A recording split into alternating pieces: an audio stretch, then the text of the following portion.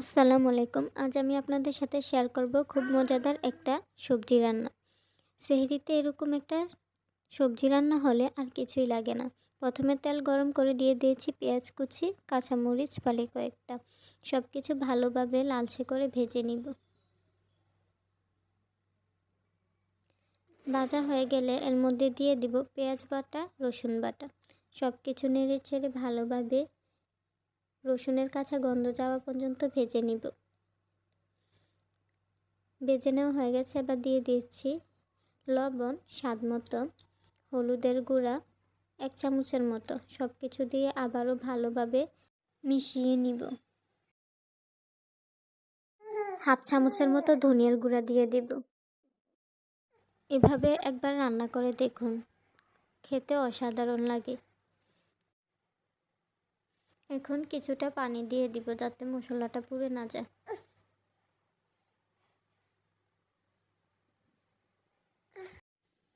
আগে থেকে 2টা টমেটো কুচি করে রেখেছি। এখন টমেটো কুচি দিয়ে আবারও নেড়ে ছেড়ে মিশিয়ে নিব।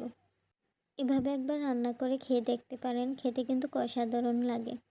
এই রান্নার মধ্যে টমেটো দিলে রান্নার স্বাদ অনেক গুণ বেড়ে যায়। আপনারা চাইলে নাও দিতে পারেন, কিন্তু দিলে ভালো লাগে। এখন আমি আগে থেকে ডাল ভিজিয়ে রেখেছি 1 কাপের মতো। ডালগুলো আধা ঘন্টা মতো ভিজিয়ে রাখার পর ভালোভাবে ধুয়ে পানি জড়িয়ে এখন সব কিছুর সাথে দিয়ে দিব। দিয়ে ভালোভাবে নেড়ে ছেড়ে মিশিয়ে নিব। এই রান্নার ডাল দিতে মিস করবেন না কিন্তু। সব কিছুর সাথে ডালটা কিছুক্ষণ ভেজে নিব।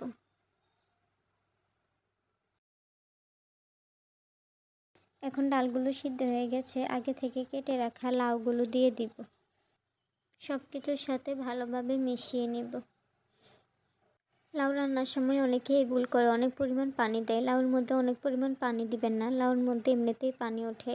সব কিছু নেড়ে ছেড়ে মিশানো হয়ে গেলে ঢাকনা দিয়ে রান্না করব কিছুক্ষণ।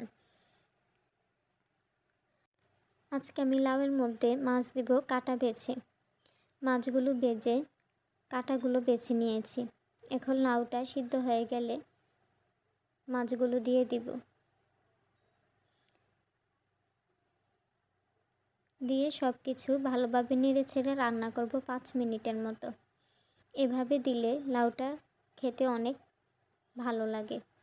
আপনারা এভাবে একবার রান্না করে দেখবেন, কমেন্টে জানাতে ভুলবেন না খেতে কেমন হয়েছে। এখন দিয়ে দিব কিছুটা পরিমাণ ধনিয়া পাতা কুচি। সব কিছু আবারও নেড়ে ছেড়ে মিশিয়ে নেব। ভিডিও ভালো লাগলে লাইক, কমেন্ট, শেয়ার করতে ভুলবেন না। আপনার মতামত কমেন্টে জানাতে ভুলবেন না। সবাইকে অনেক ধন্যবাদ। আল্লাহ হাফেজ।